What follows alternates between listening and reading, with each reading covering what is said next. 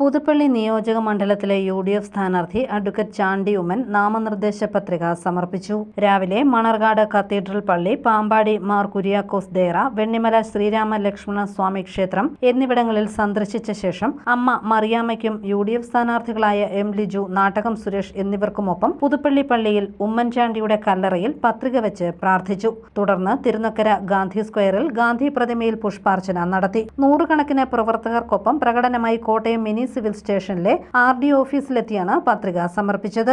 2 set പത്രികയാണ് വരണാധികാരിയായ Kottayam RDO P. Shibu മുമ്പാകെ സമർപ്പിച്ചത്. കോട്ടയം ജില്ലാ പഞ്ചായത്ത് പ്രസിഡന്റ് ജോഷി ഫിലിപ്പ്, UDF കോട്ടയം ജില്ലാ convenor advocate Filson Mathews, Mariamma Oommen, chief election agent Muralikrishnan എന്നിവർ പത്രികാ സമർപ്പണത്തിന് സ്ഥാനാർത്ഥിക്കൊപ്പമുണ്ടായിരുന്നു. തിരുവനന്തപുരം മെഡിക്കൽ കോളേജിൽ സർക്കാർ അനാസ്ഥ മൂലം മരണപ്പെട്ട വേണുവിന്റെ ഭാര്യ സിന്ധുവിന് പന്മല മണ്ഡലം കോൺഗ്രസ് കമ്മിറ്റി പിരിച്ചു നൽകിയ തുക അഡ്വക്കേറ്റ് ചാണ്ടി ഉമ്മന് കൈമാറിയിരുന്നു. ഈ തുക കെട്ടിവെച്ചാണ് നോമിനേഷൻ നൽകിയത്. ഇന്ന്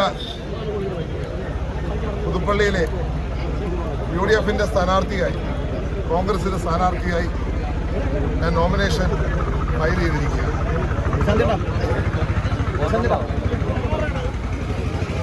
ഇന്നലെ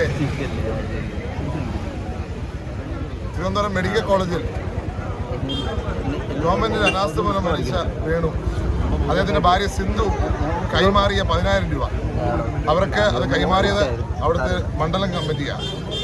ആ കൈമാറിയ 10,000 രൂപ കെട്ടിവെച്ചാണ് ഇന്ന് നോമിനേഷൻ ഫയൽ ചെയ്തിരിക്കുന്നത്. അതൊരു പ്രതീകമാണ്. ഈ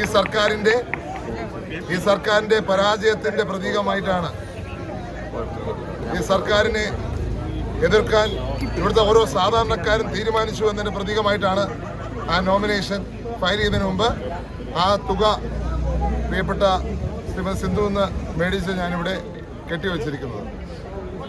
ഈ കെട്ടിവെച്ച കാശ് കേരളത്തിലെ ജനങ്ങൾ അതിൻ്റെ ഒരു പ്രതീകമായി എടുത്തുകൊണ്ട് ഈ സർക്കാരിന് ഒരു പാഠം പഠിപ്പിച്ചിരിക്കും എന്നുള്ള കാര്യത്തിൽ യാതൊരു സംശയവുമില്ല. News bureau, Kottayam.